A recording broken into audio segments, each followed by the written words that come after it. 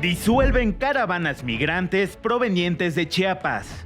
57% de los estadounidenses apoya el plan de deportaciones masivas de Donald Trump. Fiscalía General de Chiapas rescata a 29 migrantes venezolanos. Reino Unido firmó un pacto de seguridad con Irán para reducir la migración. Yo soy Emerson Segura y esto es TV Migrante Informa.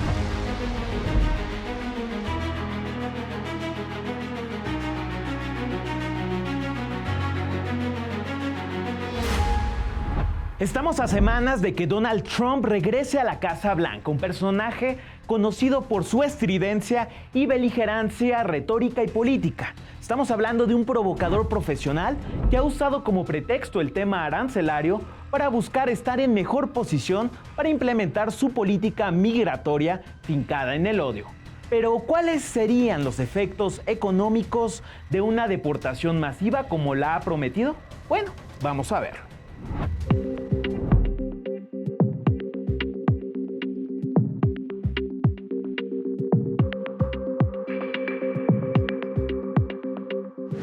Deportaciones masivas, aranceles y un discurso de odio y racista son la receta con la que Donald Trump regresa a la Casa Blanca. El próximo presidente de los Estados Unidos ha asegurado que desde su primer día cumplirá su promesa de deportar a los más de 11 millones de inmigrantes indocumentados. Sin embargo, la evidencia y los datos apuntan a que esta decisión sería suicida. La deportación masiva de migrantes indocumentados llevaría una pérdida entre el 4.2% y 6.8% del Producto Interno Bruto anual de los Estados Unidos. Así, lo revela el estudio Deportación Masiva, Costos Devastadores para Estados Unidos, su presupuesto y su economía, de la American Immigration Council. Cabe recordar que durante la crisis económica del 2008, el Producto Interno Bruto de los Estados Unidos se redujo en un 4.3%. El impacto negativo sería más severo en los estados de California, Texas y Florida, 3 estados que albergan a casi la mitad de los inmigrantes indocumentados del país, donde 1 de cada 20 residentes sería deportado. Tan solo una operación única para deportar a migrantes costaría al menos $315 millones. El estudio revela que realizar más de 13 millones de arrestos en un corto periodo requeriría entre 220,000 y 409,000 nuevos empleados. Además, que varios sectores claves de la economía sufrirían un impacto significativo, ya que dependen en gran medida de trabajadores indocumentados. Estamos hablando de la construcción y la agricultura, que perderían al menos a 1 de cada 8 trabajadores. En la industria de los hospitales y sanitaria, aproximadamente 1 de cada 14 trabajadores sería deportado. De manera contraria al discurso y retahíla trompista y republicana, la migración indocumentada genera efectos positivos en la economía estadounidense, además de impulsar los ingresos federales. Así lo señalan datos y análisis de la Oficina de Presupuesto del Congreso y la Reserva Federal. Así que no hay duda de que la economía estadounidense colapsaría ante la implementación de la agenda migratoria trompista, fincada en la ignorancia y la indolencia. La idea de la deportación masiva no es una ocurrencia, sino más bien un cálculo, y es que posiblemente el círculo del trumpismo lo ve como una medida popular. Según una encuesta publicada recientemente por CBS y realizada por YouGov, muestra que el 57% de la población apoya lo que sería la mayor deportación de la historia. Esto frente al 43% que la desaprueba. En otro sondeo realizado por Ipsos y Scripps News, después de las elecciones, señala que un 52% de los encuestados está a favor de la deportación. Hay que señalar que el porcentaje es más elevado entre los republicanos, de los que un 85% confirma su apoyo a la expulsión de migrantes. Esta semana, pues ya veíamos este juego de sombras y provocaciones de Donald Trump, estrategia que marcó su primer mandato, pero que ahora vemos que los actores son distintos, pero también las reacciones. Esto después de que Trump amagara con aranceles a los gobiernos de México y Canadá, la presidenta Claudia Sheinbaum reaccionó de manera determinada y respondió con evidencia que lo señalado por Trump no se sostiene en la realidad, lo cual derivó en una llamada telefónica donde ambos hicieron un llamado a trabajar de manera conjunta. Vamos a ver lo que dijo la presidenta Claudia Sheinbaum. La presidenta Claudia Sheinbaum detalló los temas que abordó en la llamada telefónica que sostuvo con el presidente electo de Estados Unidos, Donald Trump.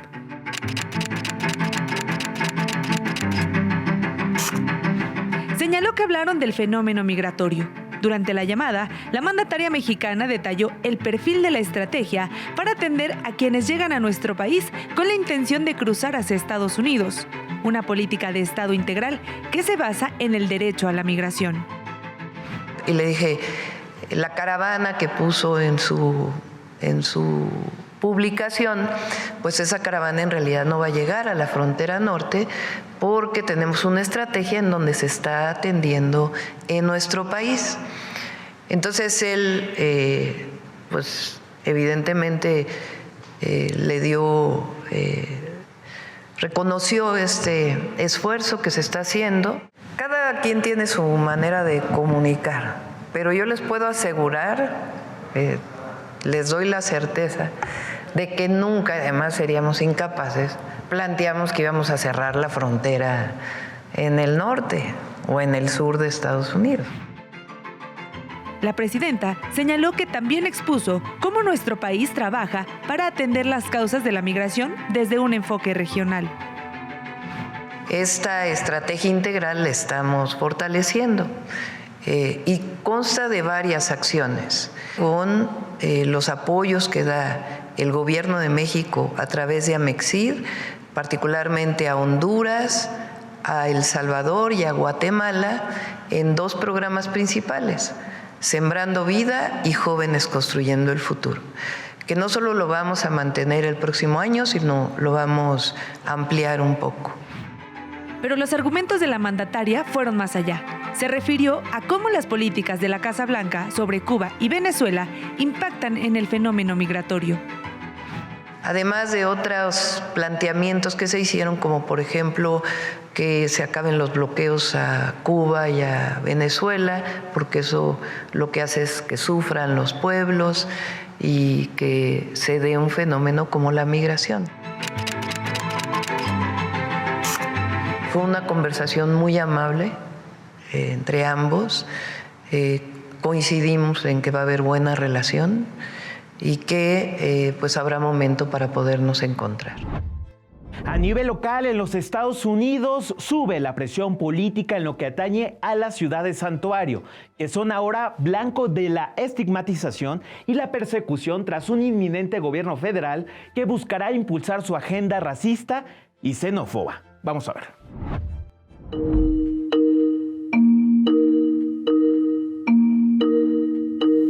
Las llamadas ciudades santuario en Estados Unidos, que prohíben a sus policías colaborar con el Servicio de Inmigración para deportar a personas que no tienen documentos migratorios, buscan mantenerse con vida. Y es que actualmente están amenazadas por el próximo gobierno de Donald Trump.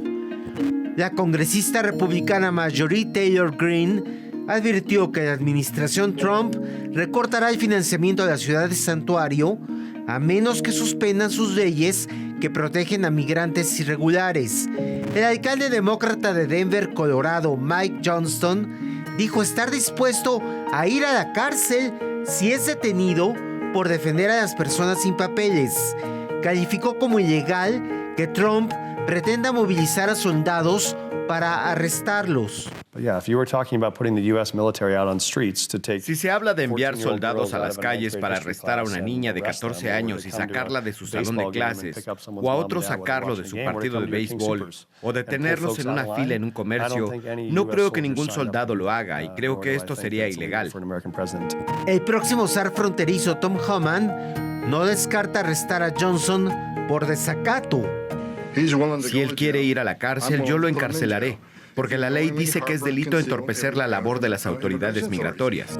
Otro alcalde demócrata, Eric Adams, defendió la aportación económica a Nueva York, ciudad santuario. Reconozco el significado de esta comunidad como de otras, y en general es lo que hacen todas para que esta ciudad avance. El gobernador demócrata de California, Gavin Newsom, convocó a una sesión especial de la Asamblea Estatal el 2 de diciembre para diseñar acciones legales contra la embestida de Trump. El Consejo de la Ciudad de Los Ángeles reiteró que no destinará recursos financieros a operativos contra migrantes y, por el contrario, aumentará el apoyo legal y subsidios económicos a esta comunidad. La Fiscalía de San Francisco anunció medidas legales contra eventuales redadas del Servicio de Inmigración.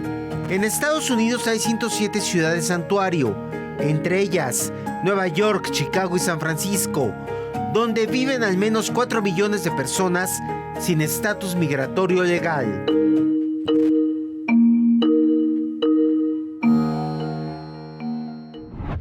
Ante el regreso de Trump, uno de los focos principales está puesto en lo que pasará con los migrantes y particularmente con la acción diferida para los llegados en la infancia. Estamos hablando de DACA por sus siglas en inglés. Este programa fue creado en 2012 bajo la administración de Barack Obama como una medida temporal que permitía a los niños y adolescentes extranjeros, conocidos mejor como Dreamers, obtener una suspensión de la deportación.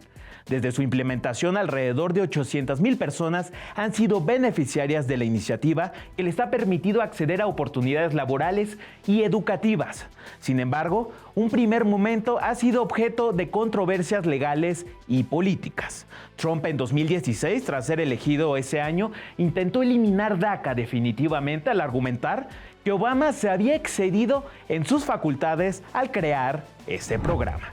Y justamente para hablar de esto, me da mucho gusto enlazarme hasta Florida con Karen Patricio, quien es Dreamer. ¿Qué tal, Karen? Bienvenida. Hola, muchas gracias por tenerme. Muchas gracias por hacer el espacio de compartir nuestras historias. Karen, me gustaría preguntarte, ¿qué balance haces del retorno de Donald Trump? Justamente, pues esto frente al programa DACA, quien pues en el pasado ha buscado eliminarlo. ¿Qué nos puedes decir de esto, Karen? Es algo muy extremo que no le vemos nosotros fin, y yo como Dreamer, como les decía, hay leyes federales y hay leyes estatales, entonces me preocupa a mí por el nivel estatal, pero también cuando estamos hablando de DACA acaba de regresar a la corte porque quieren ver si es constitucional o no. Entonces, y yo tuve varias conferencias ya con agencias y universidades que están ayudando y apoyando esto federalmente, y en las 3 maneras que se puede apoyar DACA, no tenemos nosotros buenas opciones. Entonces, ahorita, si la corte donde está decide que no es constitucional, se regresa al estado de Texas porque la pueden volver a apelar. Y lo que pasa es que si lo vuelven a mandar a Texas, obviamente Texas va a decir que no, que es ilegal. Entonces, lo que vuelve a pasar es que pueden mandarlo ellos a la Corte Suprema, pero obviamente ahorita tenemos una Corte Suprema ultraderecha y obviamente va a decir que el programa no es constitucional. Y la otra manera que nos dieron es que el presidente puede hacer una orden ejecutiva y hacer como que un estatus permanente para nosotros. Pero, como lo dijiste tú, ahorita los demócratas y por siempre nos utilizan como fichas políticas y nos dicen que nos van a ayudar y que van a meter las manos y ahí se queda. Entonces, y lo vamos a ver ahorita. O sea, yo no creo ni pienso que la administración de Biden va a hacer algo para poder solucionar nuestro estatus pasando todo esto. Entonces, por lado de Biden sabemos que no, y por lado de Trump obviamente nos va a decir que no. Entonces, en realidad, no le veo a nuestra situación específica una solución, y tampoco veo el apoyo de estos gobiernos para poder hacer algo. Y Karen, a nivel personal, ¿a qué desafíos te has enfrentado como Dreamer justamente a partir, pues bueno, de la implementación de este programa? Para empezar, la historia mía es un poquito diferente. A mí mis papás me dieron el privilegio de estar presente en todas las conversaciones. Entonces yo desde muy chiquita yo ya sabía que era indocumentada y que yo estaba pasando por un proceso. Entonces no fue como muchos Dreamers que se enteran para aplicar para el colegio. Entonces yo ya estaba muy presente, ya sabía yo lo que estaba pasando. Y de hecho, por eso es que me volví un poquito así como que... no sé, amante de las leyes y... Sí, te involucraste. Ajá, me encanta. Porque yo escuchaba muchas cosas y de hecho le tenía que traducir a mis papás muchas cosas que me espantaban a mí en el momento, ¿no? Como una de las primeras veces estábamos bueno, aquí cuando eres migrante te tienes que ir a reportar con migración, ¿no? Cada 6 meses o ellos te dicen. Y creo que tenía como 8 años y yo les estaba explicando a mis papás que nos iban a poner unos grilletes a los 3 porque, y yo en segundo grado, que nos iban a poner unos grilletes porque tenían que saber la ubicación de nosotros a todo el momento porque podríamos ser un peligro a la nación. Entonces, fueron ese tipo de momentos que a mí en realidad me dejaron y me abrieron los ojos a lo que yo estaba viviendo, ¿no? Que era completamente diferente de lo que todos estaban viendo a mi alrededor, ¿no? Entonces, para mí desde ahí empecé yo como que a ver la diferencia y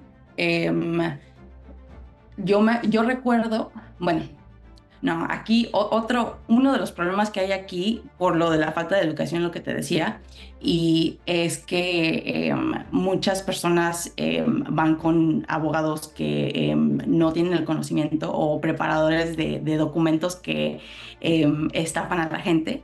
No. Y el abogado que teníamos nosotros desafortunadamente no estaba haciendo las cosas bien y aquí en Orlando si tú le preguntas a cualquier persona que estuvo aquí desde el 99 al 2008, fueron víctimas de este abogado que, de hecho, la última corte de nosotros para decidir si nos podían dar la residencia o no, lo arrestaron a él por ser fraude. Y saliendo de esa corte, de ese caso, saliendo, me dijo a mí la abogada de la paralegal que la única solución que yo tenía para aliviar mi estatus era que yo me casara, y yo tenía 15 años.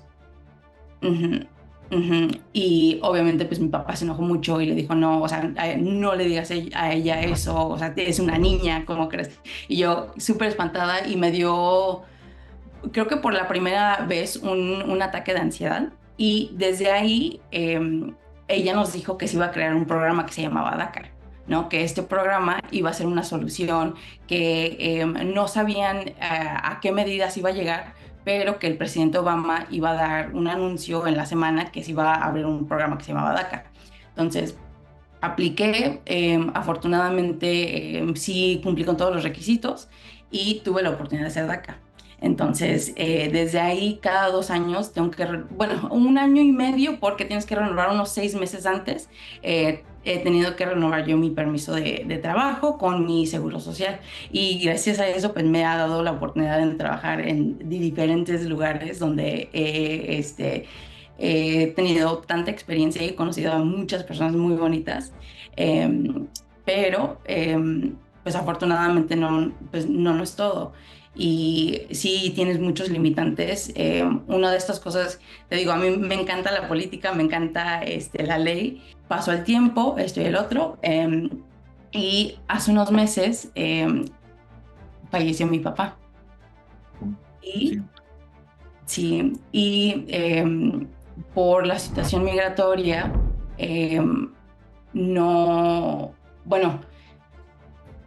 mi mamá tuvo muchas dificultades en decidir cómo es que queríamos,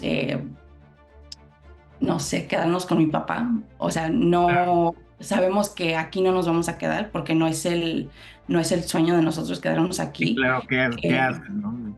Exactamente. Pero, pues, en México, pues la cremación no es algo que es normal, o sea, o muy, sí, normal, ¿no? Y desafortunadamente, pues fue la única opción que tuvo mi mamá, que no fue lo que ella quería, pero desafortunadamente por la situación, pues si lo enterrábamos aquí, pues se iba a tener que quedar aquí y no. Y que es algo muy fuerte porque al final del día, o sea, mis hermanos pueden regresar. Yo soy la única de todos mis hermanos que nació en México. Okay. Entonces, tus hermanos son más chicos. Sí, yo soy la mayor.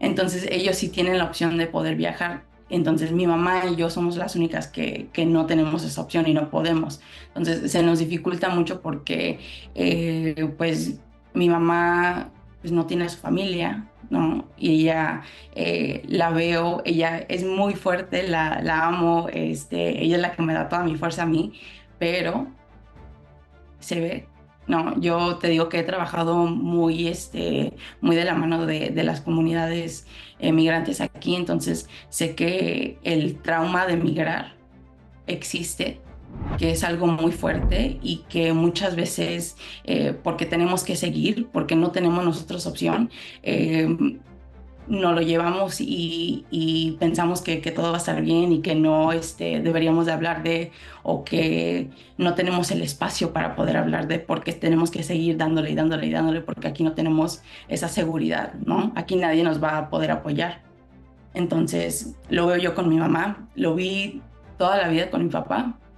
Y, o sea, aparte de que me dio, o sea, la fuerza de poder trabajar y ver lo que es ganarse las cosas, me da a mí mucha tristeza porque, pues, murió mi papá aquí sin poder regresar a México, sin poder regresar a ver a su mamá, a su familia.